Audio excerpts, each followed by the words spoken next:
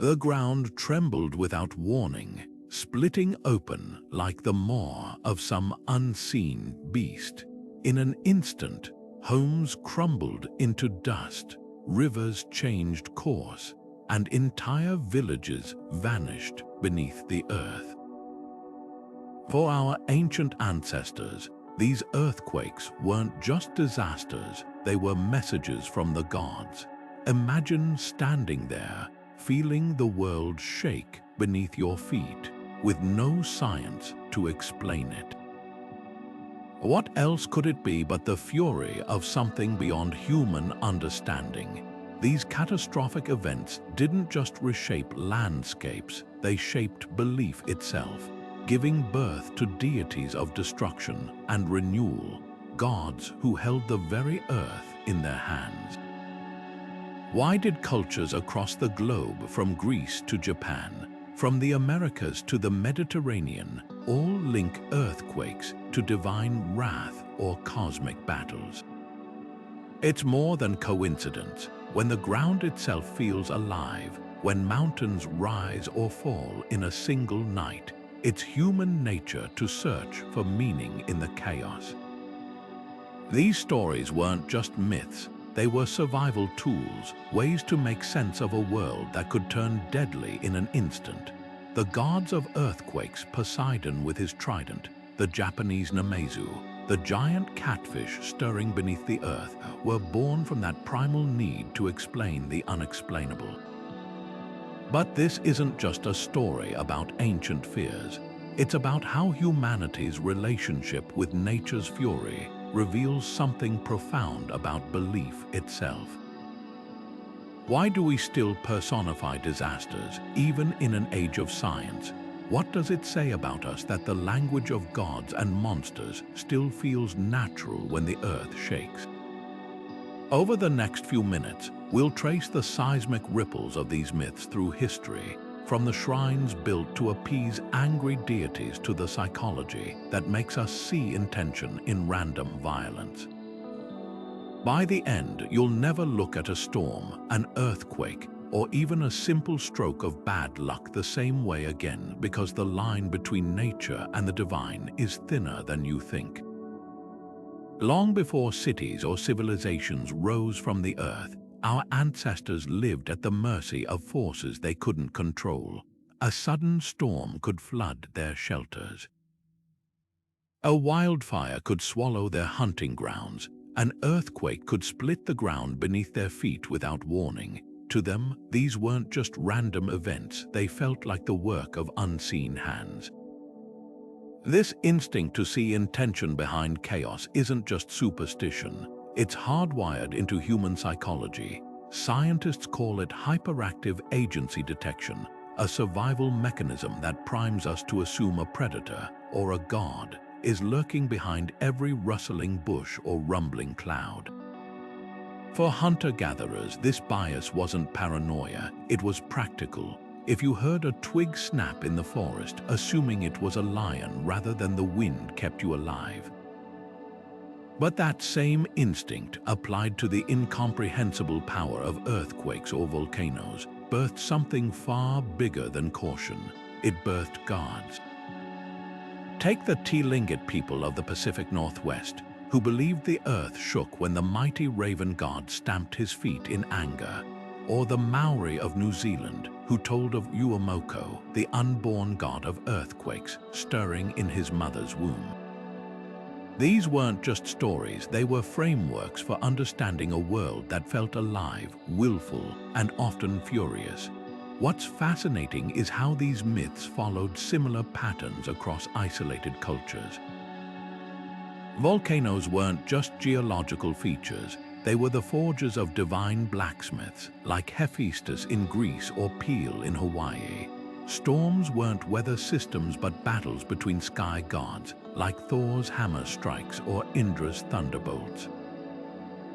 This wasn't coincidence, it was the human mind reaching for the same explanations in the face of the same terrifying wonders.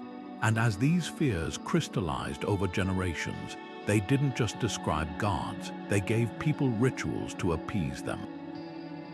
Offerings to the earth, dances for rain, sacrifices to still the anger of the ground. Because if the world was alive, then maybe, just maybe, it could be reasoned with. That longing for control echoes even today. When disaster strikes, we still personify nature's fury, calling earthquakes acts of God or hurricanes monsters. The myths have faded, but the instinct remains, to see intention where there's only physics, to whisper prayers into the wind when the ground shakes.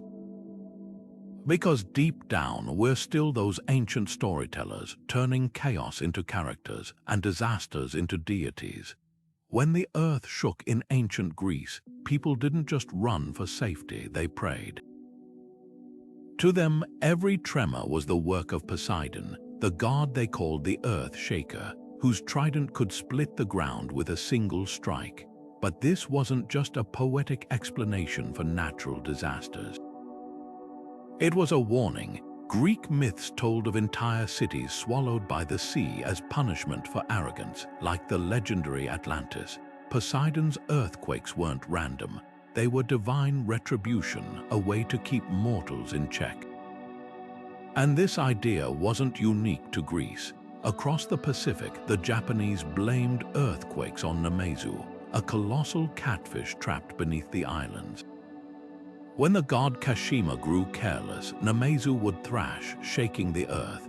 But here's the twist. Namazu wasn't just a mindless beast. Stories said the catfish caused quakes to punish human greed, especially when merchants hoarded rice during famines. These myths did more than explain disasters, they shaped societies. If an earthquake could strike at any moment as punishment for wrongdoing, people had a powerful reason to follow the rules. Leaders used these stories to reinforce moral codes, warning that disrespecting the gods or exploiting the weak would bring catastrophe. Temples rose in vulnerable areas, not just as places of worship but as psychological safeguards.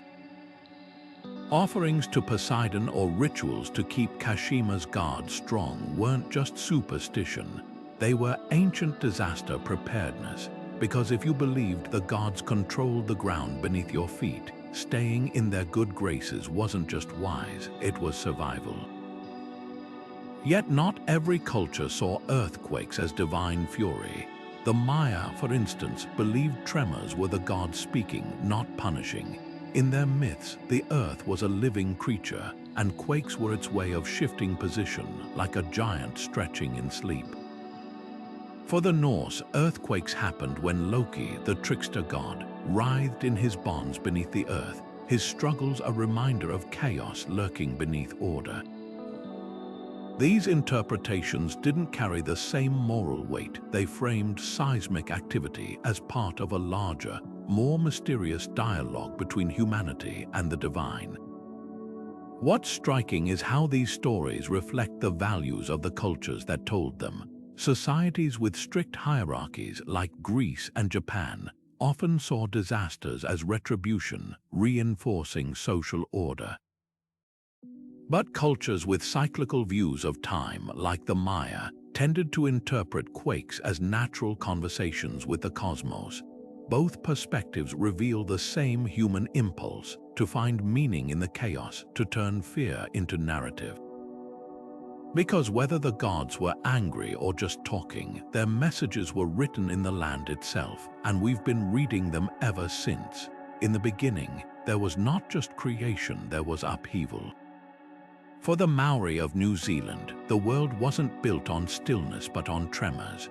Their stories tell of aumoko, the unborn god of earthquakes, still curled in his mother's womb when she descended into the underworld. With every kick or turn of the restless child, the earth above shuddered. But here's the beautiful paradox: those tremors weren't just destruction, they were the very pulses of creation. The land cracked open to let rivers flow, mountains rose where the ground folded. What seemed like chaos was, in truth, the world taking shape. This wasn't just a myth, it was a map of meaning, teaching that from rupture comes renewal. The Maori weren't alone in seeing earthquakes as cosmic labor pains. The Aztecs believed the world had been destroyed and remade 4 times before theirs, each rebirth preceded by catastrophic quakes. The fifth sun, their own era, was said to tremble under the weight of its inevitable transformation. Even in ancient India, the god Shiva's dance of destruction wasn't an end but a prelude, his furious steps shaking the universe clean so life could begin anew. These stories shared a profound insight. Creation and destruction weren't opposites but partners in an endless cycle. Why did so many cultures tie their origin stories to earthquakes? Because humans have always understood that nothing truly new emerges without something old breaking apart. A forest fire clears space for saplings. A river floods to leave fertile silt. And the earth itself, in its violent rearrangements, carves valleys and lifts new land from the sea. These myths didn't just explain geology, they offered comfort. If disaster was woven into the fabric of the world, then survival wasn't just possible, it was part of the plan. You can still hear echoes of this idea today. Modern scientists speak of seismic gaps, quiet zones where tension builds until the Earth must move to restore balance. Psychologists study post-traumatic growth, the way people often rebuild stronger after loss. The language changes, but the truth remains. Upheaval isn't the end of the story. It's the first chapter of whatever comes next. So when the next quake shakes the ground somewhere, remember, it might not be a god turning in the dark. But it is the earth reminding us that even in collapse, there's the seed of something new. Beneath our feet lies a world as mysterious to ancient people as the distant stars, a realm of darkness, pressure, and unimaginable force. It's no wonder that cultures across time imagined the underworld not just as a land of the dead, but as the domain of gods who could shake the earth with a single gesture. Take Hades, the Greek lord of the underworld, whose very footsteps were said to send tremors through the land. His Roman counterpart, Pluto, wasn't just a passive ruler of shadows. His name meant the wealthy one, a nod to the fertile minerals and hidden riches buried deep below.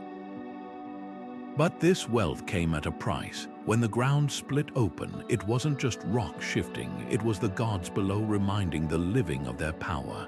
The Aztecs took this idea even further. Their god Mictlantecutli didn't just rule the underworld, he was the embodiment of the earth's restless depths. In their mythology, earthquakes happened when he grew impatient, rattling the bones of the dead like dice in a cosmic game.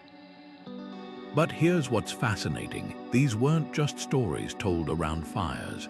Archaeologists have found evidence of careful rituals meant to calm these subterranean forces. Along fault lines in Mesoamerica, offerings of jade, obsidian, and even human figurines were buried like ancient insurance policies, gifts to the gods below in exchange for stability above ground. These rituals reveal something profound about how early societies viewed the earth. To them, the ground wasn't inert. It was alive, breathing, and capable of wrath. In Japan, priests would lower sacred mirrors into fissures after quakes, symbolically showing the gods the damage they'd caused in hopes of preventing another.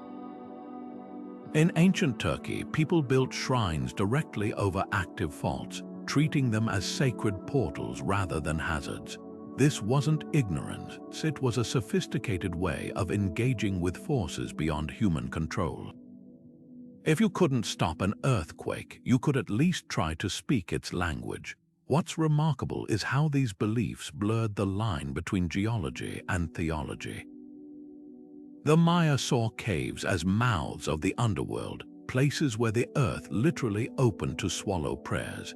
In Greece, the Oracle of Delphi prophesied from a chasm, said to leak vapors from Hades' realm, a real geological gas vent that became divine inspiration. Science now tells us quakes come from tectonic plates, not angry gods, but stand on shaking ground. and you might just understand why our ancestors felt the Earth's pulse and sensed something or someone listening. From the icy realms of the Norse to the volcanic islands of the Philippines, cultures sculpted their earthquake gods like clay pressed into the cracks of their landscapes. In Scandinavia, people told of Loki, the trickster bound in a cave with venom dripping onto his face, his agonized thrashing sending tremors through the 9 worlds. But travel to the Philippines and the tremors took on a different flavor. There, Gugurang, the fiery god of Mount Mayon, would stamp his foot when angered, making the earth shake while rivers of lava flowed. These weren't just random details, they were mirrors held up to local terrors. Where the Norse feared the serpent Jörmungandr's coils tightening around the earth, the Japanese imagined their islands resting on the back of a restless catfish. Geography wrote the myths as much as imagination did. Coastal cultures wove tsunamis into their divine dramas. The Haida of the Pacific Northwest spoke of a sea spirit who dragged his tail across the ocean floor, creating waves that swallowed villages. Meanwhile, in the Andes, the god Pachacamac, whose name meant Earth Shaker, could summon quakes and floods if displeased. Compare this to landlocked regions where quakes were rarely tied to water.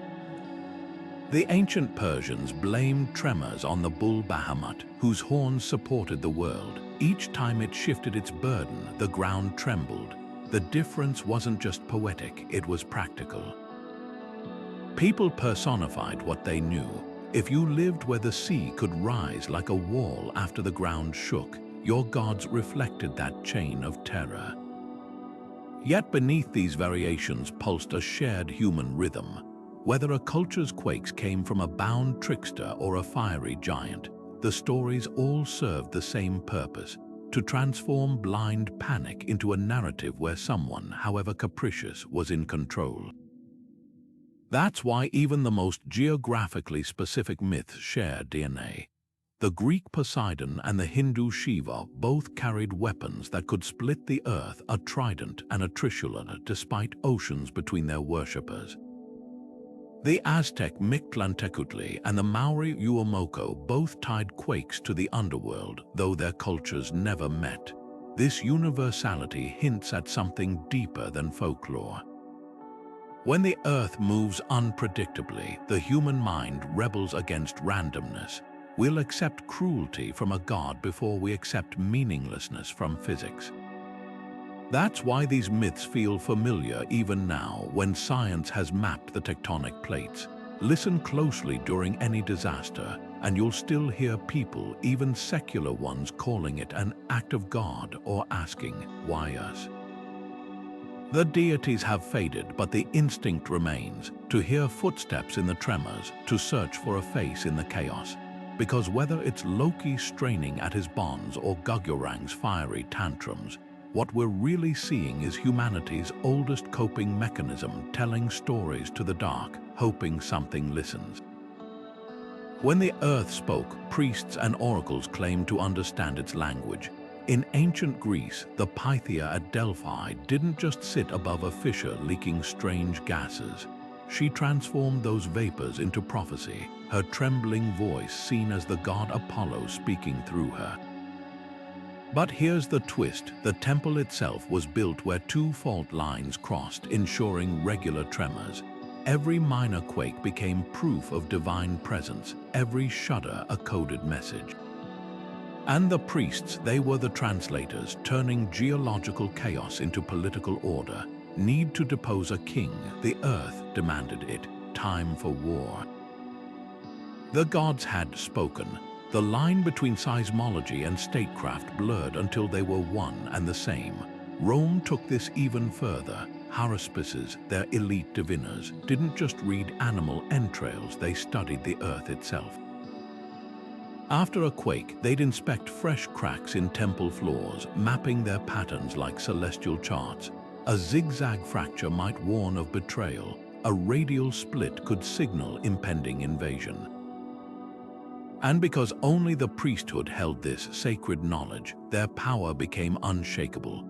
Emperors consulted them before battles. senators delayed votes until the ground's opinion was clear.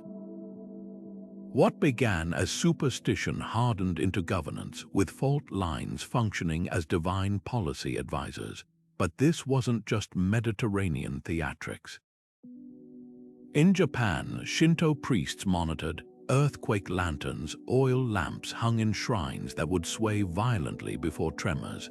The earlier they caught the signs, the faster they could perform rituals to placate Namazu, the quake-causing catfish.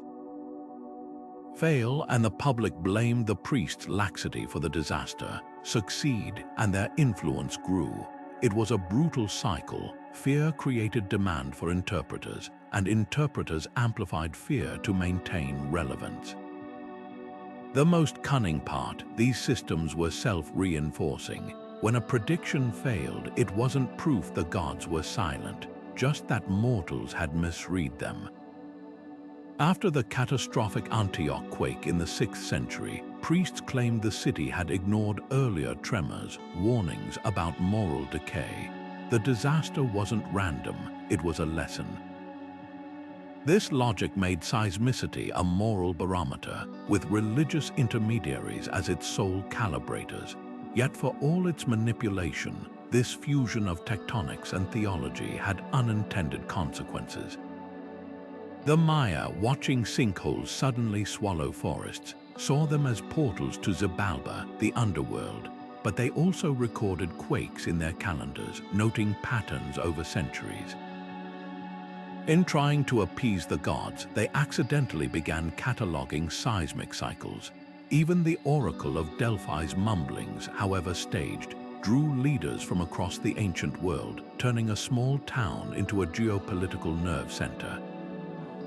The priests may have weaponized quakes for control, but in doing so, they laid groundwork for something unexpected, the very human hunger to predict the unpredictable. The desert trembled, the mountains smoked, and a voice spoke from the fire. This was how Yahweh introduced himself in the Hebrew Bible, not as a distant sky god, but as a force that could shake the very ground beneath his people's feet. For the ancient Israelites living along the seismic rift of the Jordan Valley, earthquakes weren't just natural phenomena. They were the footsteps of a God who could split the earth like a curtain. When the Psalms describe God making the earth reel and rock, or the prophet Isaiah warns of the land breaking before divine judgment, these weren't metaphors. They were eyewitness accounts reframed as theology. Unlike the polytheistic world around them where Poseidon or Enlil ruled specific domains, the Israelites' God didn't just control earthquakes, he wielded them as weapons, proof of his unmatched power over all creation. This shift from many gods to one didn't just simplify the spiritual landscape, it transformed how disasters were understood. In polytheistic cultures, an earthquake might mean Poseidon was angry or Enlil was distracted, localized explanations for localized events. But when a single deity commanded all forces, every tremor became part of a grander narrative. Take the quake that struck Jerusalem during Jesus' crucifixion in the New Testament. The Gospel of Matthew describes the temple veil tearing from top to bottom as the ground convulsed. This wasn't random geology, it was theology written in seismic waves, signaling the collapse of an old covenant and the birth of a new one. Even the Quran later depicted mountains crumbling at Allah's command, as if they were a mirage.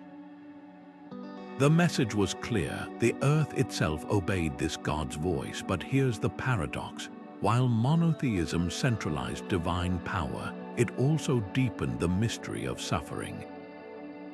If one all-powerful, all-knowing God controlled earthquakes, why did they destroy the righteous alongside the wicked?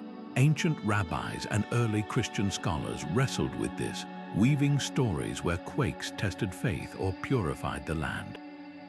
The Book of Job, with its famous "God speaks from the whirlwind" scene, framed disasters as beyond human comprehension, not arbitrary, but part of a cosmic order only the divine could fully grasp.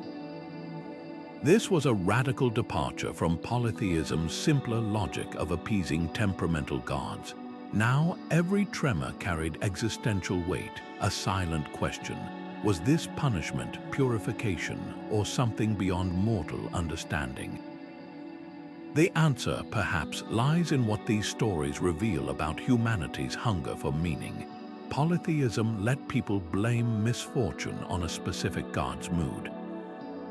Monotheism demanded a harder truth that chaos and order flowed from the same source, that the ground might shake not because gods were fighting, but because the universe was speaking a language deeper than fear.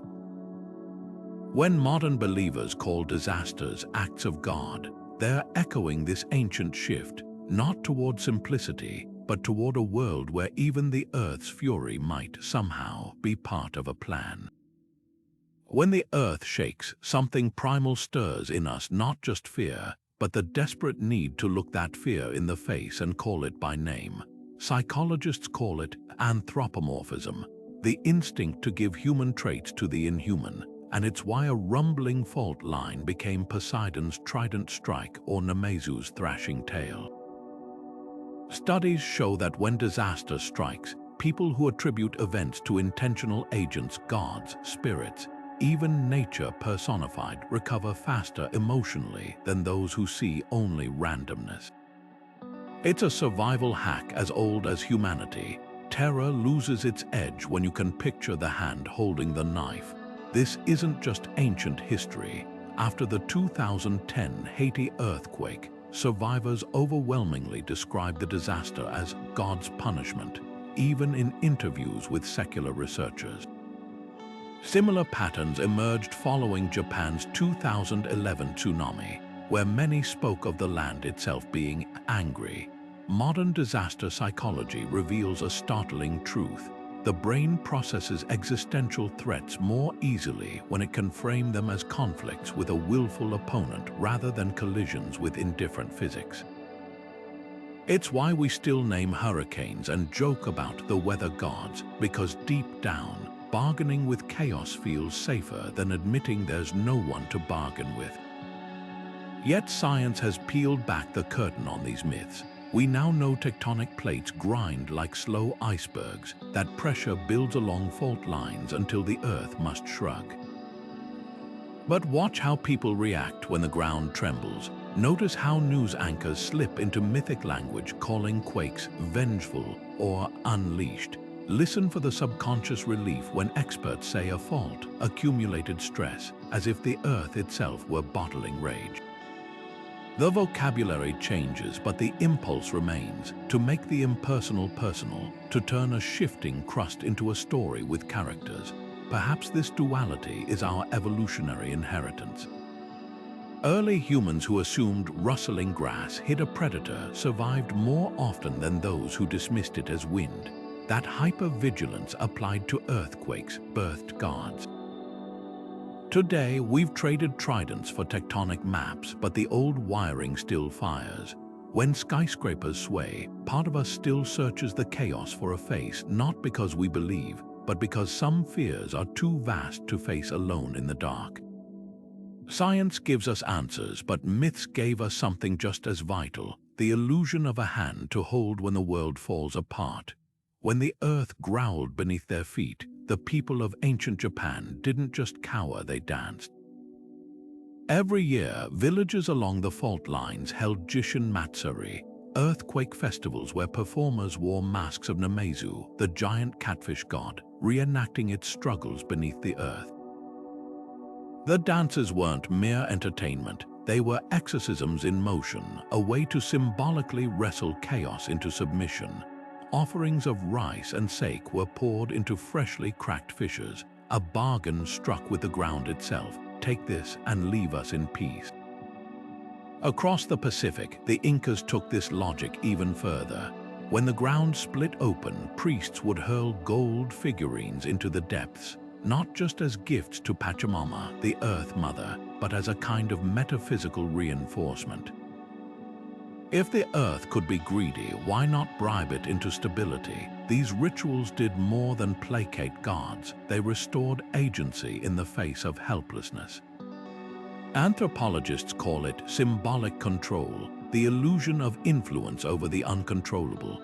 By dressing fear in ceremony, whether through dance, sacrifice, or prayer, people transformed passive terror into active devotion. The logic was elegant. If an earthquake was divine punishment, then proper rituals could preempt the wrath. Temples were built on fault lines, not just to honor the gods, but to monitor them like spiritual seismographs. In China, officials kept earthquake jars, ceramic vessels with dangling metal balls that would clatter at the slightest tremor, giving priests precious seconds to begin appeasement chants before the full quake hit. What's striking is how these ancient reflexes echo in modern disaster preparedness. Today's earthquake drills and tsunami evacuation signs serve the same psychological function as Jishin Matsuri. They turn amorphous dread into actionable steps. When Californians practice drop, cover, and hold on, they're not so different from Andean shamans scattering coca leaves to read the earth's mood. Both rituals answer the same human need, to replace paralysis with procedure, to whisper, "If I do this, I might survive." Even our technology carries ghostly traces of the old beliefs. Early seismographs in Japan were decorated with carvings of Namazu, a nod to tradition even as science took over. The deepest parallel lies in what these practices reveal about human resilience. After the 2011 Tohoku earthquake, survivors reported an unexpected comfort in repeating ancestral rituals, not because they believed the catfish god was listening, but because the acts themselves felt like reaching back through time to grasp hands with those who'd endured the same terror. That's the true power of these ceremonies. They're time machines of solidarity, turning fear into a chain of shared survival. So the next time you see someone strapping bookshelves to walls or stocking emergency kits, remember, you're witnessing the latest incarnation of an ancient dance. The gods have changed names, but the ritual remains. We prepare, we plead, and most of all, we refuse to let the ground have the last word. The Norse didn't just see Ragnarök as an apocalyptic myth, they described it with eerie geological precision. Their world tree Yggdrasil, shaken to its roots by cosmic battles, wasn't just poetry, it was an uncanny metaphor for tectonic unrest. When they sang of mountains crumbling and land sinking into the sea, they might as well have been describing subduction zones or fault slips. This wasn't blind superstition. It was pattern recognition disguised as divinity, humanity's first attempt to codify the Earth's restlessness into something comprehensible. Take the ancient Hindu tale of the serpent Shesha, coiled beneath the earth to steady it. When the great snake shifts, the ground trembles, a description that aligns startlingly with modern seismic waves rippling through the mantle. Or consider the Maori story of Rangi and Papa, the Sky Father and Earth Mother locked in a crushing embrace until their children forced them apart, creating space for life. Read it as allegory and you've got a creation myth. Read it as geology, and it's a hauntingly accurate depiction of continental drift. These myths weren't wrong, they were early models, frameworks built from observation rather than instruments. When the Aztecs recounted how the fifth sun was born from earthquakes, they were noting something profound, that catastrophe and creation are interwoven in the Earth's logic. Modern science confirms it. Mountain ranges rise from colliding plates. New land emerges from volcanic fury. The difference is one of vocabulary, not vision. Where we say transform fault, they said God's quarrel. What's remarkable is how these stories often got the mechanics half right. The Japanese Namazu, pinned beneath a stone by the god Kashima, thrashing to cause quakes. It's not so different from the concept of locked faults building pressure until they rupture. The Greek idea of Poseidon striking the earth with his trident mirrors our understanding of point source seismic events. Even the Bible's description of God making the foundations of the earth shake hints at the deep, cryptic movements of the mantle, layers invisible to ancient eyes but sensed in the trembling of the ground. This isn't to say mythmakers were proto-scientists, but their stories reveal something fundamental about how humans process the natural world. Faced with unpredictable violence from below, they did what we still do: looked for patterns, assigned causes, built narratives to tame the chaos. When science later uncovered tectonic plates, it didn't erase these old stories. It proved how keenly our ancestors observed the world, even when they lacked the tools to measure it. The gods have faded, but the ground still speaks in the same cryptic language. Only now, instead of tridents and serpents, we listen through seismographs and satellites, still translating, still searching for meaning in the shake. For the ancient Maya, the worst fate wasn't when the earth shook. It was when the earth stayed silent. Their Popol Vuh creation texts tell of gods who could withhold earthquakes as punishment, leaving the land parched and lifeless. This wasn't just a story, it was their explanation for droughts that could last years. The logic was terrifyingly elegant. If tremors were the gods speaking, then seismic silence meant they'd stopped listening. Archaeologists have found evidence of desperate rituals during these quiet periods: sacrifices left in dry cenotes, temple doors sealed with red ochre handprints, all attempts to wake sleeping deities by reminding them of human devotion. This paradox, fearing the earth's violence yet dreading its absence, appears across cultures. The Aztecs believed their fifth son would die not in quakes but in stillness, when Tonatiuh, the sun god, abandoned his daily battle against the darkness. Greek farmers whispered that Poseidon's neglect could doom crops as surely as his wrath, since without occasional tremors, underground springs would stagnate. Even in Japan, where quakes brought devastation, priests warned that decades without tremors meant Namazu wasn't just restrained, he was starving, and his eventual thrashing would be catastrophic. What's revealing is how these myths framed balance. Ancient seismicity wasn't just random disaster, it was proof the world was alive, engaged in dialogue. When that dialogue ceased, societies didn't celebrate, they panicked. The Lakota tell of a time when Untehai, the water monster, stopped shaking the land and rivers turned to mud. Only when shamans fed the creature with ceremonies did the waters flow again. This wasn't primitive superstition, it was an early understanding of ecological reciprocity. If the earth gave nothing, not even danger, it had effectively withdrawn its presence. Modern minds might dismiss this as projection, but consider how we still personify nature's rhythms. When California's big one is overdue, news reports don't just cite statistics, they speak of pent-up energy and the Earth's patience running out. Climate change discourse brims with phrases like nature fighting back or the planet's revenge, revealing the same ancient impulse to interpret imbalance as intentional abandonment. The Maya feared dormant gods, we fear dormant conscience. Both anxieties stem from the same unshakable truth: we depend on forces far beyond our control, and their silence can be just as terrifying as their fury. Perhaps that's why these old myths still resonate. They articulate a fear deeper than destruction, the fear of being forgotten by whatever powers move the world. When the ground shakes, at least we know we're still part of the conversation. But when it lies still too long, that's when the real dread sets in, not of anger, but of indifference. And in an age of melting glaciers and shifting jet streams, that ancestral terror feels newly urgent.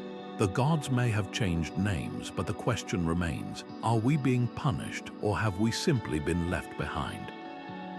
When the Book of Revelation foretold a great earthquake signaling the end of days, it wasn't inventing terror, it was tapping into humanity's oldest nightmare. Across continents and centuries, civilizations have woven earthquakes into their doomsday prophecies like dark threads in a shared tapestry. The Aztecs believed their fifth son would perish in a final cataclysm of tremors and famine, while Hindu scriptures described the god Shiva's dance of destruction, shaking the universe into oblivion. These weren't just stories, they were psychological mirrors reflecting a universal truth. When the ground itself betrays you, it feels like the unraveling of all order. What's chilling is how these ancient visions resurface in modern doomsday narratives. When the earth shakes in today's disaster films, from the crumbling cities of San Andreas to the apocalyptic tremors in 2012, directors still frame them as moral reckonings. Just like medieval priests interpreting quakes as divine wrath, our blockbusters show skyscrapers toppling on the wicked while the hero narrowly escapes.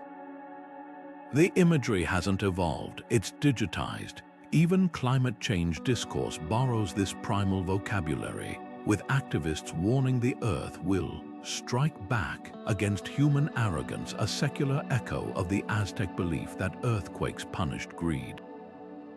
Yet there's a crucial difference. Ancient prophecies offered resolution, the promise of renewal after destruction. The Mayan apocalypse myth spoke of a sixth sun rising from seismic ashes. Revelation's Quakes prefaced a new Jerusalem. Modern dystopias, by contrast, often end in silence. Our eschatology has lost the hopeful coda, leaving only the tremor.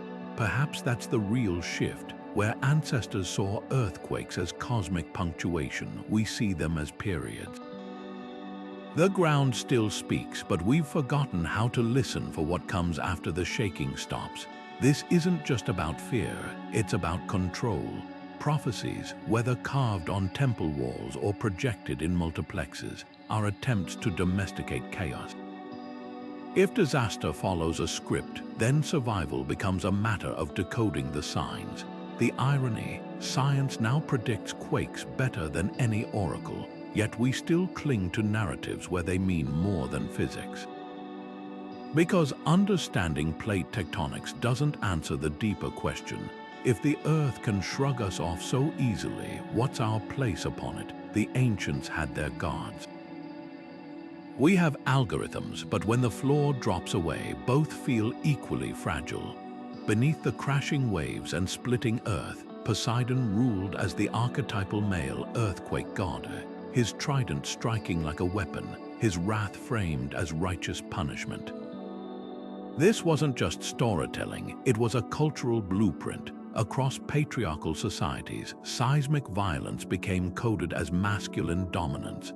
The Greek earth shaker, the Norse Loki bound in chains, the Hindu Shiva's furious dance. These gods didn't just cause quakes, they enacted control, their tremors reinforcing hierarchies where power flowed downward from divine to mortal man. Even their weapons, tridents, hammers, spears, mirrored the tools of warriors and kings. When the ground cracked open, it wasn't chaos, it was discipline, a reminder that order came from above. But dig deeper and you'll find a seismic counter-narrative. Before Poseidon, there was Gaia, the primal Earth Mother whose very body was the land. In her earliest myths, quakes weren't punishments but birth pangs, the planet rearranging itself like a woman shifting in sleep. Cultures with strong matriarchal roots often framed seismic power this way. The Maori's Papatuanuku trembling as her children separated her from the sky, the Incan Pachamama sighing under the weight of human folly. These weren't gods wielding destruction, they were the destruction, their violence inseparable from creation itself. No tridents here, just the raw, gendered duality of a world that nurtures and devours in the same breath. The contrast reveals more than mythic preferences. It mirrors how societies gendered nature's duality. Patriarchal systems split the world into conquerors and conquered, casting earthquakes as divine enforcement. Matriarchal traditions saw seismic shifts as cyclical, like menstrual blood or harvests, violent but necessary. Even the language diverged. Male quake gods struck or punished, while female deities quivered or sighed. One framed the earth as a foe to be subdued, the other as a body to be listened to. Yet exceptions crack this binary wide open. Japan's Namazu, the quake-causing catfish, defied gender norms, neither fully masculine nor feminine, but a creature of pure motion. Cherokee tales spoke of thunder and his sister earthquake, siblings who balanced each other's violence. These outliers hint at a third path, seismic power as collaboration, not domination. Today, these old divisions still tremor beneath our feet. Modern geology describes tectonic plates, subducting or colliding, terms steeped in the language of conflict. But listen to environmental scientists now, and you'll hear echoes of Gaia, the Earth as an interconnected system, where every quake is both symptom and conversation. The gods may have faded, but their gendered legacies still shape how we frame the ground's rebellion, as something to fear or something to heed. In the fiery heart of Hawaii, the goddess Pele doesn't just command lava, she dances with the earth itself.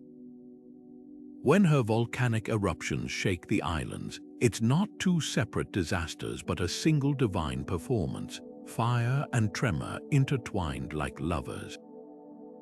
This wasn't just mythic flair, it was an uncanny acknowledgement of geological truth centuries before scientists mapped the Pacific Ring of Fire. Pele's legends described magma chambers as her underground palaces, and earthquakes as her footsteps, strikingly close to how modern volcanology explains how rising magma fractures rock, triggering tremors before an eruption. The ancients couldn't measure seismic waves or viscosity indexes, but they sensed the kinship between these forces, weaving them into stories where one couldn't exist without the other. The Greeks mirrored this intuition with Hephaestus, the limping smith god whose forge lay beneath Mount Etna. Every eruption was his hammer strike, every quake the shudder of his anvil. But here's what's revelatory. These myths often placed volcanoes and fault lines in dialogue, not competition. In Japan, where tectonic plates collide like battling titans, the fire god Kagetsuchi's death birthed both volcanoes and earthquakes, his corpse becoming the land's restless bones. Aztec lore went further, depicting Popocatépetl and Iztaccíhuatl as star-crossed lovers whose grief-fueled eruptions made the earth tremble for miles. These weren't just dramatic tales, they were early theories of causality, recognizing that fire below could ripple outward as movement above. This syncretism reveals a sophistication we often overlook. Without satellites or drills, cultures along the Ring of Fire, from Indonesia to the Andes, noticed patterns. Plumes of ash often followed weeks of subtle tremors, or hot springs dried up before the ground split. Their solution, gods who worked in teams. In Iceland, the fire giant Surtur and the earthquake deity Loki were brothers, their powers complementary.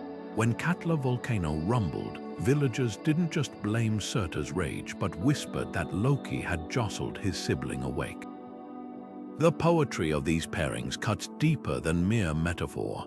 They capture the feedback loops of real geology, where magma's pressure shifts fault lines and fault slips unclamp magma chambers. A delicate, deadly tango modern seismologists now quantify with supercomputers. Perhaps most poignant is how these myths framed destruction as collaboration rather than chaos.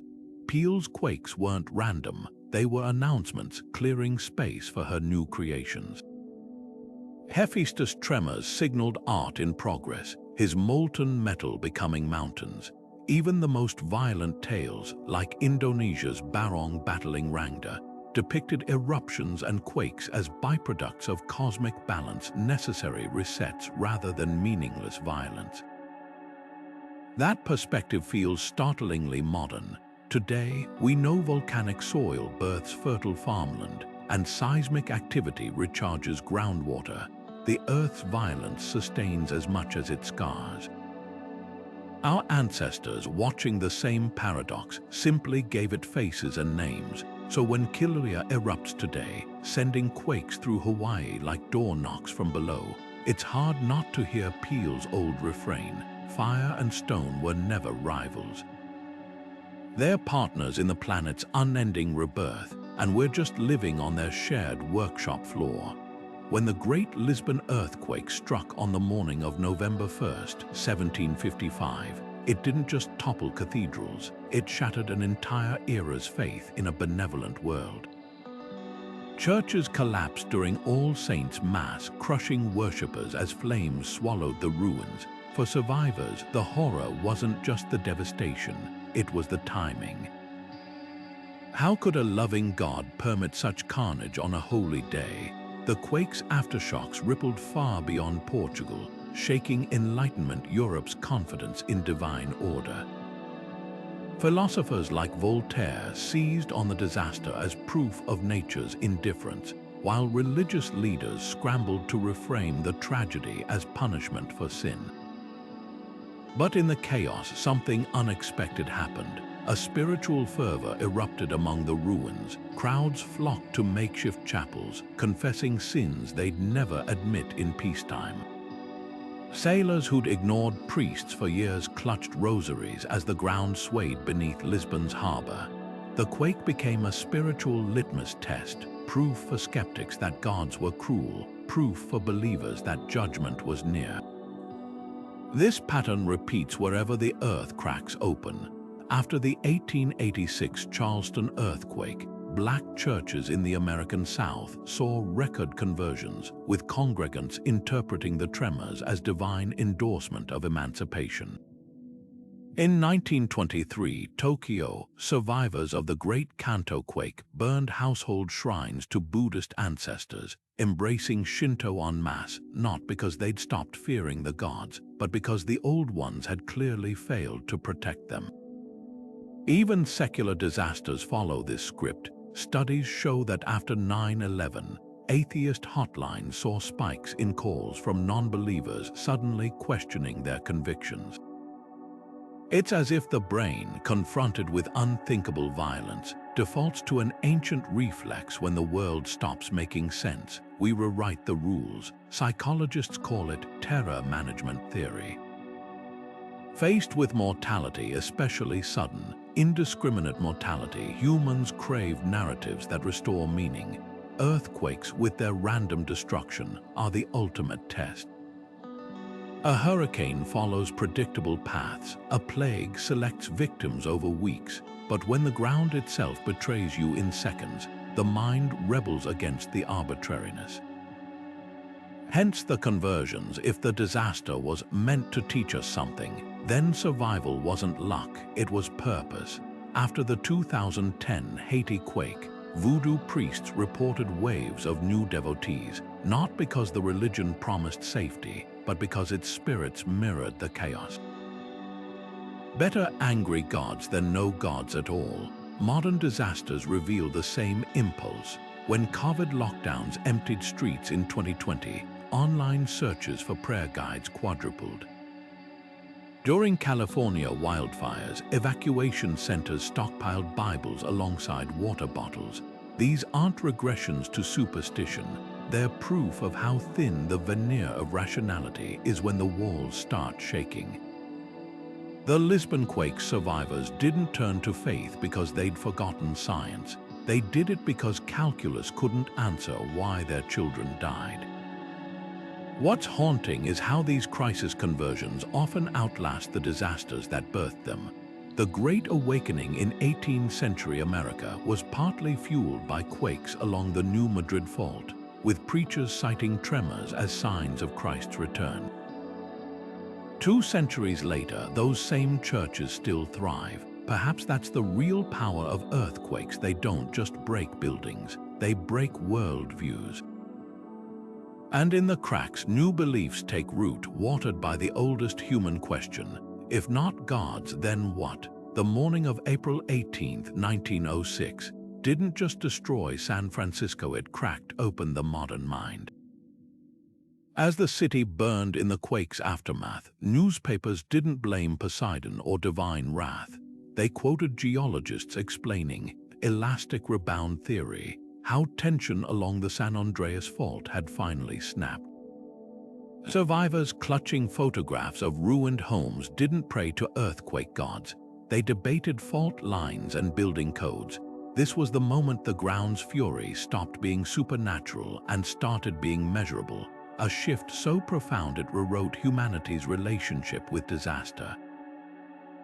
But something unexpected happened on the way to demystification. As science stripped quakes of their divine agency, it gifted them a new kind of majesty. When seismologist Harry Fielding Reid mapped the fault's movement, showing how the Pacific Plate was dragging itself northward inch by century, his charts didn't kill wonder, they magnified it.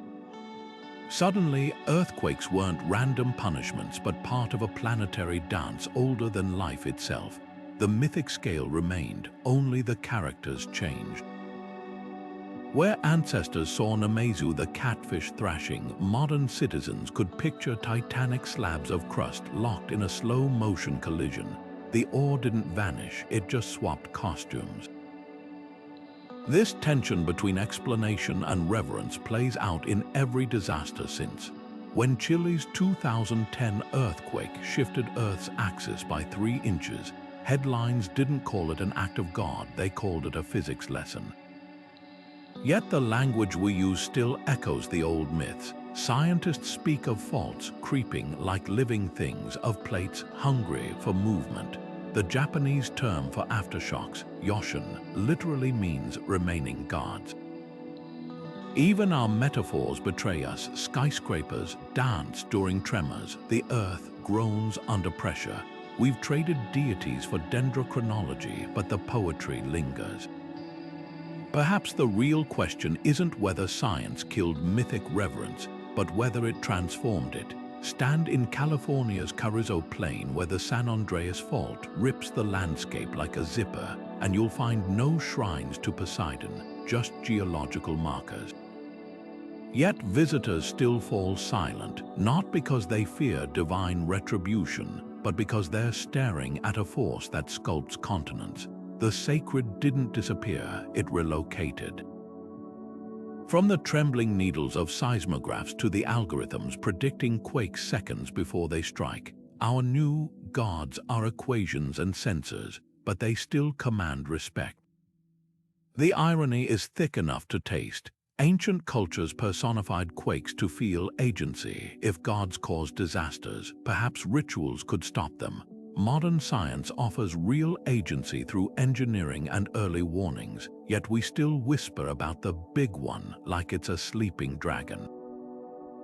Maybe that's the enduring power of earthquakes. They remind us that some forces resist domestication, no matter how many digits we calculate them to.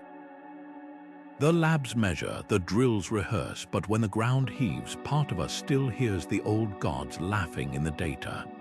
Hollywood doesn't just make disaster movies, it resurrects ancient gods in CGI disguises. When Dwayne "The Rock" Johnson outruns collapsing skyscrapers in San Andreas, or John Cusack dodges lava geysers in 2012, audiences aren't watching natural disasters, they're witnessing modern myth-making. These films strip away the divine tridents and angry catfish of old, but keep the same narrative bones. The earth isn't just moving, it's hunting. The fault lines crack with precision, targeting landmarks and moral failures. The tsunamis loom like judgment. It's Poseidon's wrath with the gods scrubbed out, leaving only nature as a faceless, furious antagonist. What's fascinating is how these blockbusters recycle ancient storytelling tools. Just as Greek myths framed quakes as punishment for hubris, 2012 opens with scientists discovering humanity's arrogance has accelerated the planet's demise. The Mayan apocalypse trope isn't so different from Aztec prophecies about the fifth sun's collapse. Both cast disasters as cosmic course corrections. Even the archetypes persist. Where ancient priests interpreted tremors as divine messages, modern films give us lone geologists who hear the Earth's warnings. The language changes, but the plot stays the same. The ground shakes because we've earned it. Yet there's a crucial twist. Ancient myths offered ways to appease the gods: sacrifices, temples, dances. Disaster films offer only survival, usually for a chosen few. When the Rocks family escapes Los Angeles in San Andreas, their survival isn't framed as divine mercy, but as grit and luck. This isn't just entertainment, it's a secularized theodicy, wrestling with the same question that haunted Lisbon's survivors in 1755. Why do some perish while others walk away? The answer these films whisper isn't virtue, it's velocity. The real legacy of these movies lies in their subconscious grip on how we visualize disaster. Before Twister, tornadoes were weather phenomena. After, they were characters with motives. The same alchemy transformed earthquakes from tectonic events into villains with vendettas. Watch how news outlets describe quakes today. "The big one is coming" sounds less like geology and more like a horror movie tagline. Scientists roll their eyes, but the pattern holds. We still personify the ground's rebellion because indifference is scarier than malice. At least a villain can be outsmarted. Perhaps the most revealing detail is how these films handle foreshocks.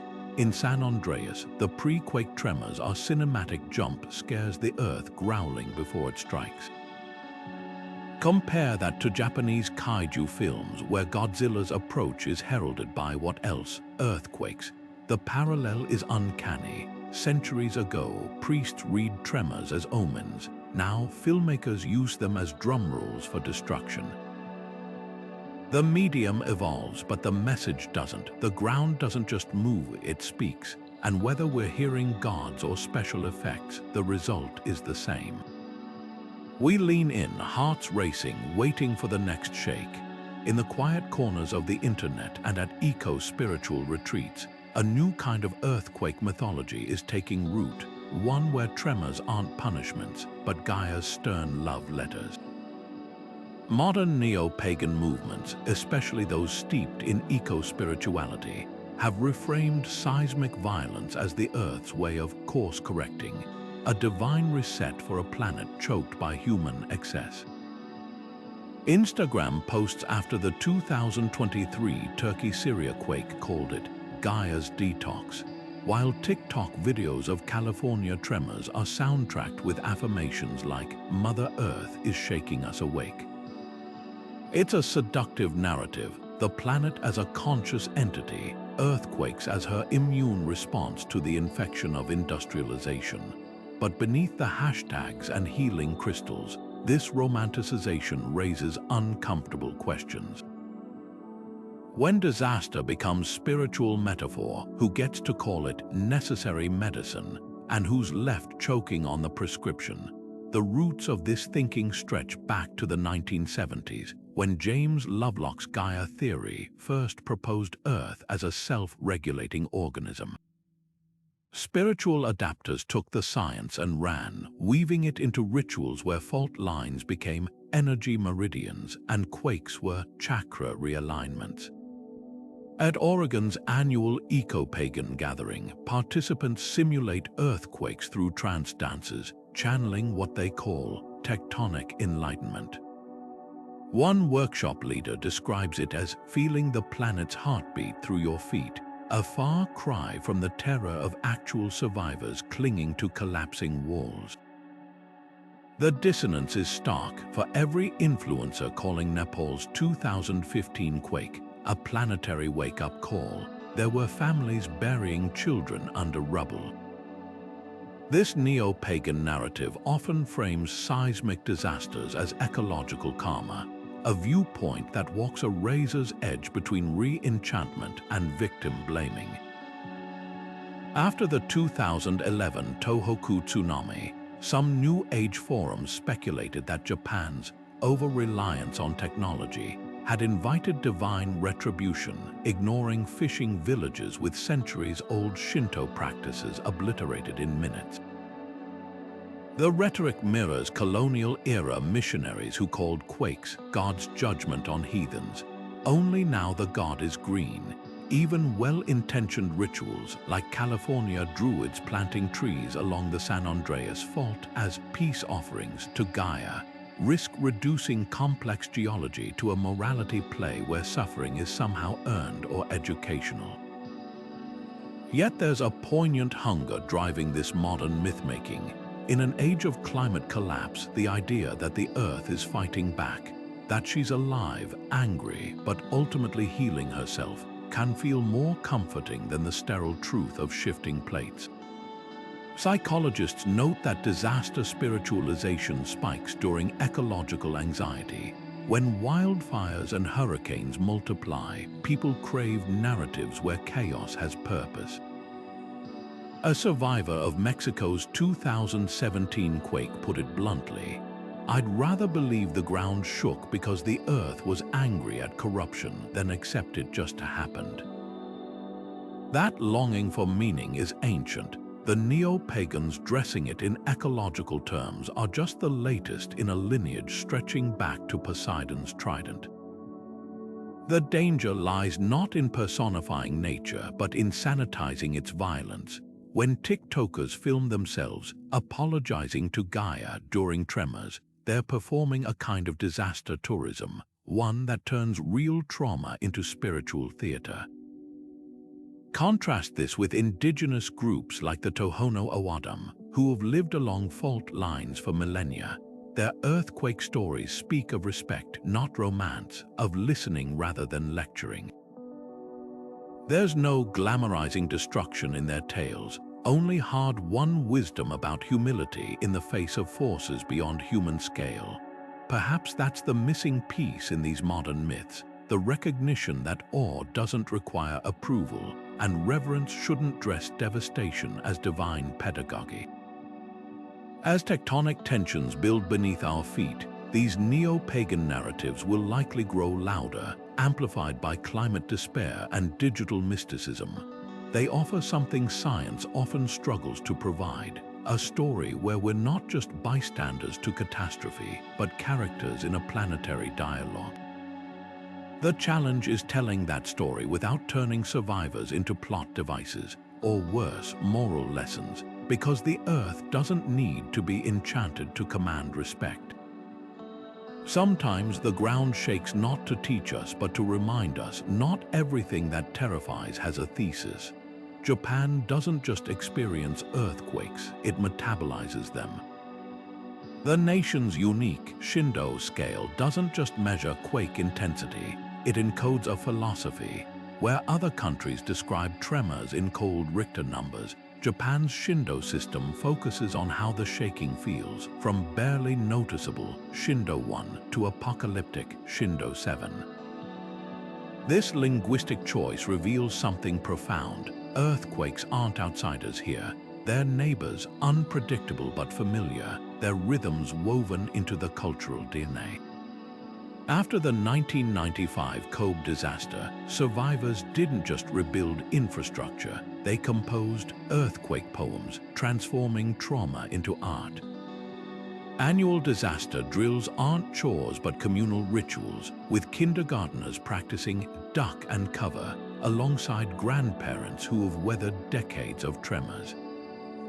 The message is clear: resilience isn't just preparation, it's identity. Chile tells a similar story through its mythic roto spirit. The word literally means torn, but culturally, it symbolizes the grit of those who rebuild. After the 1960 Valdivia quake, the strongest ever recorded, Chileans didn't wait for aid. They became rotos, patching shattered cities with scrap metal and collective sweat. Today, that ethos lives in seismic-resistant architecture that dazzles engineers worldwide. Chilean buildings sway like bamboo during quakes, their flexible designs a physical manifestation of national adaptability. Even the country's folklore reflects this. The comic hero, Roto Chilno, outwits earthquakes alongside human foes, proving humor can be armor against despair. But not all cultures digest seismic trauma so smoothly. Compare Japan's cohesion to the Ottoman Empire after the 1554 Constantinople quake. As mosques crumbled, the Sultan blamed Christians, triggering pogroms that fractured the city for generations. Or modern Haiti, where the 2010 quake exposed pre-existing political rifts, turning recovery into a battleground for foreign agendas and local corruption. The difference lies not in the quake's strength, but in the stories societies tell themselves. Japan and Chile frame disasters as tests of communal character. Other narratives weaponize them as proof of divine displeasure or elite neglect. The most striking examples emerge from language itself. The Japanese word kizuna bonds people through shared crisis. Icelandic sagas describe earthquakes as land's growing pains, framing upheaval as natural maturation. But in regions without such cultural scaffolding, seismic trauma often leaves lexical scars. After the 2005 Kashmir quake, Urdu speakers coined the phrase, Zalzala Iyam Tihan, an earthquake of testing, reflecting a worldview where disaster is existential trial, not collective renewal. These seismic identities shape more than folklore, they dictate survival. Studies show communities with strong earthquake mythologies recover faster, not just physically but psychologically. When children grow up hearing how their ancestors outwitted the shaking earth, they inherit more than stories, they inherit resilience. Chile's Roto spirit and Japan's Shindo philosophy aren't just cultural quirks. They're evolutionary adaptations etched into national consciousness by centuries of trembling ground, because the earth will always shake. The real question is whether a society bends or breaks when it does. The human brain doesn't just process earthquakes, it worships them. Neuroscientists studying awe have found that when people witness vast, overwhelming phenomena, volcanic eruptions, towering waterfalls, or the ground itself splitting open, their brains light up in ways strikingly similar to religious ecstasy. The same regions that ignite during prayer or meditation, like the default mode network and the temporal parietal junction, flare when confronting nature's raw power. It's as if our neural circuitry confuses grandeur with divinity, mistaking tectonic plates for titans. This might explain why ancient cultures from Greece to Peru described quakes not just as events, but as encounters, moments when the veil between worlds tore and something immense peered through. Consider what happens biologically during these moments. The adrenal glands flood the body with cortisol and dopamine, a cocktail of terror and transcendence. Pupils dilate to take in more of the spectacle. Time seems to slow, as if the brain is scrambling to etch every detail into memory. Researchers call this the small self effect, the feeling of being dwarfed by something beyond comprehension. Now imagine standing in an ancient city when the columns begin to sway. With no knowledge of subduction zones, wouldn't your brain, wired for pattern recognition, default to the only explanation that fits, a god's footsteps? Modern scans suggest it wouldn't just be a metaphor. The same neural pathways that light up when devout believers feel God's presence activate when secular subjects watch footage of tsunamis. The sacred and the seismic share real estate in our skulls, yet there's a paradox here. Science can map these reactions, trace the dopamine surges, chart the brain waves, but it struggles to explain why awe feels so meant. When test subjects describe earthquakes as humbling or life-changing, they're not referencing plate tectonics, they're describing something closer to revelation. This gap between mechanism and meaning haunts even the staunchest materialists. After the 2004 Indian Ocean tsunami, survivors repeatedly used language like, "the sea was angry," or "the earth wanted us gone." Phrases that neurologists recognize as the brain's attempt to assign agency to chaos. The same instinct that once populated fault lines with gods now fills scientific conferences with debates about consciousness and quantum physics. We've traded tridents for tectonic theory, but the ore remains stubbornly untranslated by data. Perhaps this is why ancient earthquake myths still resonate. They weren't primitive misunderstandings, but evolutionary tools, stories that helped our ancestors process terror by giving it shape. When the Maya spoke of the earth as a living creature or the Norse blamed Loki's writhing, they were doing what modern brains still do, dressing the unfathomable in familiar skins.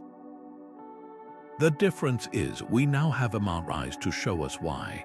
Yet even with all our technology, when the ground heaves, part of us still whispers, someone is listening.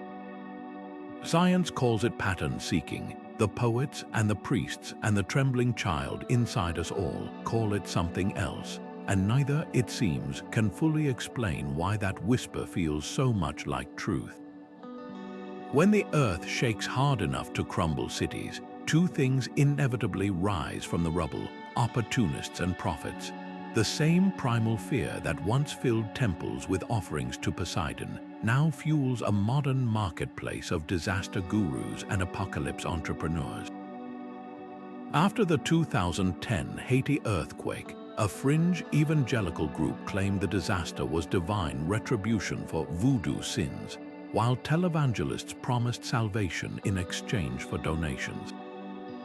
Meanwhile, in California, survivalist companies saw sales spike 500% after minor tremors, their ads whispering that the big one was coming, and only their earthquake-proof bunkers could save you. This isn't just capitalism, it's mythology repackaged for the digital age, where fault lines become profit lines and fear is the ultimate currency. History offers grim precedents. After the Lisbon quake of 1755, charlatans sold earthquake-proof amulets made from, of all things, fragments of collapsed churches. 19th century con artists following the New Madrid quakes peddled maps to safe zones that didn't exist. The playbook never changes. First comes the tremor, then the terror, then the transaction. What's different now is scale. Social media algorithms amplify doomsday content, turning localized panic into global conspiracy. When Turkey's 2023 quake hit, TikTok mystics within hours were linking it to biblical prophecy, while cryptocurrency grifters hawked quake-proof digital assets.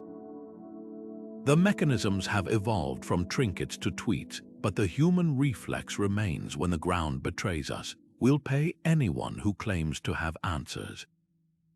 Yet the most insidious schemes often wear spiritual disguises. Post-disaster cults thrive on the vacuum left by shattered institutions. Japan's Aum Shinrikyo, responsible for the 1995 Tokyo subway attack, actively recruited survivors of the Kobe earthquake that same year, offering cosmic explanations for their suffering. In Chile, a pseudo-Christian sect called the Quake Watchers convinced hundreds after the 2010 tremor that seismic activity signaled Christ's return and conveniently required followers to surrender their property. These groups don't just exploit fear, they ritualize it, turning aftershocks into signs and survivors into zealots. The psychological bait is ancient. If suffering has divine purpose, then survival must too. The darkest irony, many of these predators start as prey. Studies of disaster cult leaders show a striking pattern. Most experienced profound trauma during earlier quakes.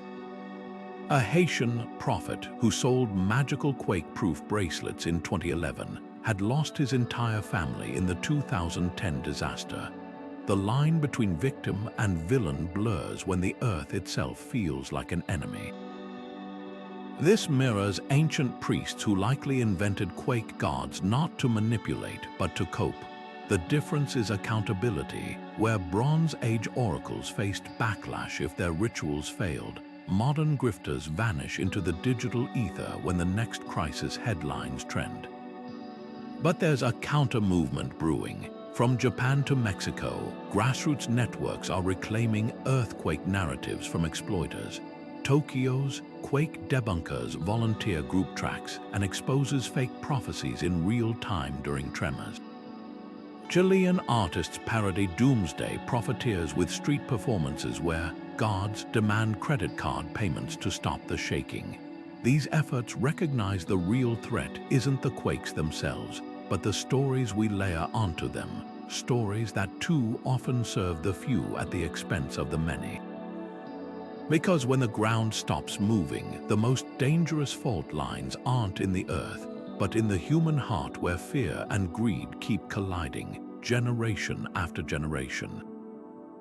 The lesson isn't new. 2,000 years ago, Roman engineers building in earthquake zones had a saying, "Beware lest the shaking earth than the shaking hands of men." Today, as tectonic tensions build along coasts and cities, their warning echoes louder than ever. Disasters don't create exploiters, they simply reveal how many were there all along, waiting in the cracks of our society, ready to turn rubble into religion and panic into profit. The real aftershocks aren't measured on seismographs, but in the choices we make when the world feels like it's ending, and who we let rewrite the story. Climate change doesn't just threaten coastlines, it's rewriting our mythology. Like ancient civilizations who personified earthquakes as furious gods, we've begun to frame global warming as a sentient, vengeful force. Listen to the language. Headlines warn of the planet striking back. Activists describe ecosystems exacting revenge. And Greta Thunberg's famous declaration, "Our house is on fire," isn't just a metaphor. It's a modern-day prophecy, blending scientific data with the primal cadence of an oracle. The parallels are uncanny. Where Bronze Age priests interpreted tremors as Poseidon's wrath, today's climate reports are recited like sacred texts, their graphs and projections serving as omens of a coming reckoning. The gods have shed their tridents and taken up carbon metrics, but the narrative remains. Humanity has angered something immense, and now it stirs. This isn't accidental. Psychologists note that when faced with vast, impersonal threats, the brain defaults to personification. It's why hurricanes get human names, and why we describe melting glaciers as weeping. Climate change, with its delayed consequences and invisible mechanisms, resists comprehension, so we sculpt it into something familiar, a titan awakening from slumber, a judge weighing our sins. The climate crisis becomes the climate fury, not because the science demands it, but because our minds crave a villain to battle or a deity to appease. Even the solutions take on mythic tones. Carbon capture isn't just technology, it's a modern-day offering, a way to placate the angry sky. Yet this new mythos carries risks. Ancient quake gods were capricious, but localized Poseidon might strike a single city, leaving neighbors untouched. Climate change, by contrast, is a global force with uneven consequences, and framing it as a conscious avenger can distort responsibility. When a Texas oil executive calls a hurricane God's will, or a drought-stricken farmer blames Gaia's punishment, the rhetoric absolves systemic failures by echoing fatalistic old tropes. The Maya sacrificed jewels to quell earthquakes. We debate individual recycling habits while corporations drain aquifers. The danger isn't in personification itself, but in letting it shrink the scope of action to symbolic gestures. Still, there's power in this fusion of science and storytelling. When Thunberg speaks of burning houses and stolen futures, she's tapping into the same neural pathways that once made earthquake gods feel real. The ones that transform statistics into stakes and forecasts into folklore. The genius lies in her alchemy. She takes the cold calculus of CO2 parts per million and sets it ablaze with the urgency of a village elder warning of the mountain's rage. It works because it's not just rhetoric, it's resonance. The same brain regions that lit up when ancestors felt the ground tremble now fire when we see footage of collapsing ice shelves. Perhaps this is the evolution of disaster mythology, where once we painted gods on cave walls to explain the inexplicable, now we project agency onto atmospheric systems and ocean currents. The irony, science gave us the tools to demystify nature, only for us to re-enchant it through crisis. We've traded Namazu the catfish for the climate beast, swapped earthquake dances for global strikes. But the core question remains the same. When faced with forces beyond our control, do we seek answers, or do we crave a story that lets us bargain with the inevitable? The answer might determine whether we survive this era or simply become characters in its myths. In Tokyo's elementary schools, children as young as 6 practice tucking themselves under desks, gripping the legs tightly as their teachers shout, "Jishin Desu." Earthquake drill as daily ritual. Half a world away in California, office workers pause their meetings when smartphone alerts blare, moving calmly to door frames in a choreography perfected through monthly drills. These aren't just safety procedures, they're secular sacraments, modern versions of the rice offerings ancient Japanese poured into fissures or the gold figurines Incan priests hurled into the earth. The tools have changed, but the impulse remains identical: to transform paralyzing fear into purposeful action, to whisper to the chaos, "I see you coming and I'm ready." Climate strikes reveal this same alchemy on a planetary scale. When millions of students flood streets holding painted signs that read, "Respect your mother," or "The Earth is fighting back," they're not just protesting, they're performing a kind of global weather magic. Like Maya priests dancing to summon rain, these marches channel collective anxiety into collective motion, trading helplessness for the illusion of influence. The scientific demands are concrete carbon taxes, renewable investments, but the emotional undercurrent is ancient. Greta Thunberg's solitary school strike in 2018 echoed the same ritual logic as a single villager beating a drum to ward off quakes. If I act alone, others might join, and together we could bend the arc of the unseen. Even our technology carries traces of these old spells. Japan's earthquake early warning system, which gives precious seconds before tremors hit, functions like a digital haruspex, interpreting subterranean rumblings as omens. The alerts don't just provide data, they fulfill a primal need for prophecy, however brief. Similarly, climate models projecting disaster scenarios 50 years out serve as secular divination. Their colored maps and percentile curves, the modern equivalent of reading cracks in temple floors.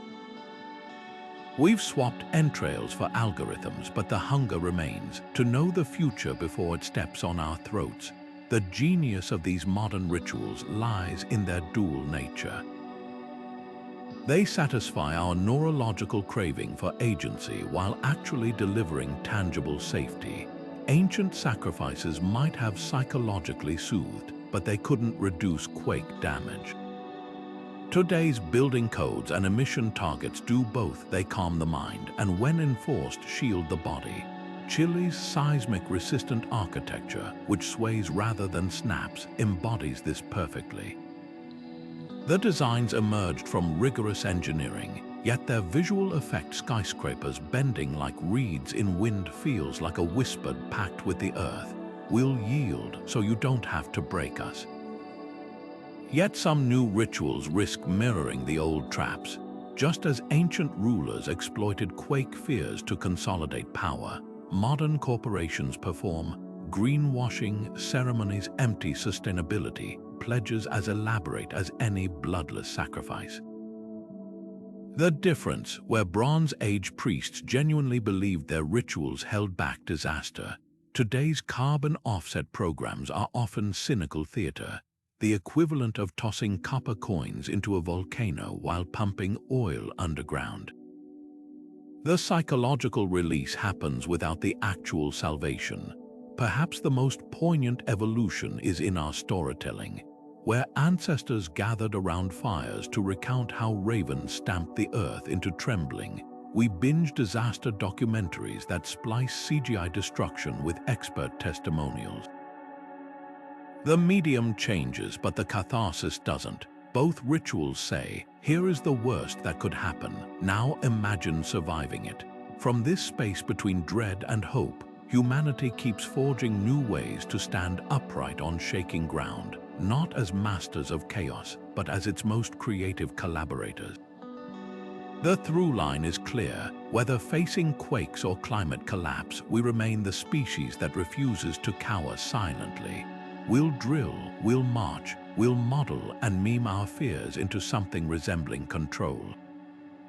Not because the rituals always work, but because the alternative raw, unchecked terror is unlivable. So we keep dancing with the disaster, sometimes leading, sometimes following, but always, always moving. Imagine a city where earthquake warnings don't come from howling sirens, but from the calm voice of an AI humming through smart speakers. Estimated magnitude 7.2. 17 seconds until impact. Please proceed to your designated safe zone. In this near-future world, the old gods of tectonic fury haven't vanished, they've been outsourced to servers. Disaster mythology is no longer carved into temple walls but coded into neural networks, where machine learning models are the new oracles, interpreting the Earth's rumblings with eerie precision.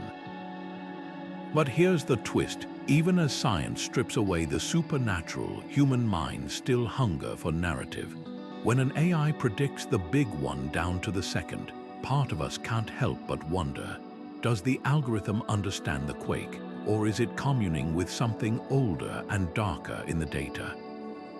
Already, the seeds of this neo-mythology are sprouting. In Japan, where Shinto traditions once blamed quakes on the thrashing of Namazu the catfish, engineers now personify their early warning systems as digital guardians. One Tokyo startup even markets its seismic AI as Kashima 2.0, a nod to the god who once pinned the mythical catfish under a stone. The pitch is telling. Our neural network does what divine vigilance once did, but with 98% accuracy. The language is technical, but the subtext is ancient. Trust the machine as you once trusted the priest. Meanwhile, in California, conspiracy forums buzz with tales of the Oracle of Palo Alto, a rumored Google AI that allegedly predicted quakes by detecting patterns in search behavior. Modern haruspicy, where user anxiety becomes the new entrails to scrutinize. What happens when prediction bleeds into prophecy? Future folklore might cast AIs not just as tools, but as intermediaries between humanity and an animate Earth. Picture a neo-Hindu legend where Shiva's dance of destruction is replaced by a quantum computer's tremor simulations. Its output so precise they're mistaken for cosmic blueprints. Or a reboot of the Norse Ragnarok myth, where the world tree Yggdrasil is replaced by a blockchain, its nodes cracking under seismic stress until the system forks into a new reality. The metaphors write themselves, fault lines as corrupted code, aftershocks as buffering delays in the planet's processor. Even the jargon of AI training takes on mystical overtones. When engineers speak of teaching algorithms with centuries of seismic data, it's hard not to hear echoes of Babylonian priests studying centuries of eclipse records to divine celestial wrath. Yet this fusion of silicon and seismic lore won't just replicate old myths, it'll mutate them. Ancient cultures saw quakes as singular acts of divine will, but an AI-dominated world, you might reframe them as glitches in a planetary operating system. Imagine a disaster cult worshipping the debugger, a hypothetical superintelligence that periodically patches tectonic stresses by triggering controlled quakes. Or grassroots movements accusing tech giants of geo-gaslighting, hiding minor tremors to prevent panic, a digital age twist on the medieval belief that earthquakes were heaven's reprimands for societal sins. The most chilling possibility, a return to capricious deities in algorithmic guise. If an AI saves 99% of lives but lets 1% perish due to data limitations, survivors won't blame parameters. They'll whisper of machine vendettas or algorithmic favoritism. After all, humans anthropomorphize Roombas. Why not earthquake AIs with godlike power over life and death? The irony is rich. We built machines to demystify disasters, only to re-enchant them through the lens of code. Our ancestors heard gods in the thunder. We'll detect ghosts in the machine. And when the next massive quake hits, somewhere between the robotic voice counting down the seconds and the buildings swaying like stalks in the wind, a new kind of prayer will rise, not to Poseidon or Peel, but to the cold, flawless logic of the algorithm. Whether it answers or not, the ground will keep shaking, and we'll keep telling stories about why. For thousands of years, when the earth cracked open beneath human feet, civilizations didn't just see destruction, they saw a conversation. From Poseidon's trident splitting the ground to AI algorithms counting down the seconds until impact, our relationship with earthquakes has always been about more than survival. It's been a relentless, aching quest to translate the Earth's violence into something that speaks our language, whether through gods, myths, or machine learning. The names and faces change, but the impulse remains, to stand on trembling ground and insist the chaos means something. What's remarkable isn't that ancient cultures personified earthquakes, it's that we never stop. Science stripped away the tridents and catfish, replacing them with tectonic plates and seismic gaps, yet our brains still default to the same old metaphors. We call fault lines restless, describe aftershocks as the earth settling its anger, and frame the big one as a lurking villain in California's collective imagination. The gods didn't vanish, they shape-shifted into algorithms and climate models, their prophecies now printed in probability charts rather than carved on temple walls. This duality, holding both scientific and symbolic truth, isn't a weakness. It's the hallmark of a species that refuses to live in a silent universe. When the Maya poured offerings into sinkholes or Japanese priests lowered mirrors into fissures, they weren't just begging for mercy. They were asserting dignity in the face of indifference, insisting that even if the earth wouldn't listen, they would still speak. Today, that legacy lives on in earthquake drills and climate marches, in the way we retrofit skyscrapers to sway like reeds instead of snap like twigs. Our tools are steel and data now, but the goal echoes the ancients, to dance with the chaos, not just endure it. So the next time you feel the ground shiver, whether through a news alert or under your own feet, ask yourself, what story am I telling about this tremor? Is it a glitch in the planet's machinery, a warning from Gaia, or just physics unfolding? There's no wrong answer, only the act of asking, which itself continues humanity's oldest ritual. We built gods from earthquakes once. Now we build meaning from datasets and preparedness plans. The medium evolves, but the message remains. We're still here, still listening, still daring to reply to the earth in whatever language we have left. Perhaps that's the real lesson written in the fault lines. Not that we invented gods to explain quakes, but that quakes revealed something essential about us, our refusal to accept a universe that doesn't talk back. Whether through prayer or programming, we'll always find ways to whisper into the shaking dark, hoping something whispers back. And if that's not sacred,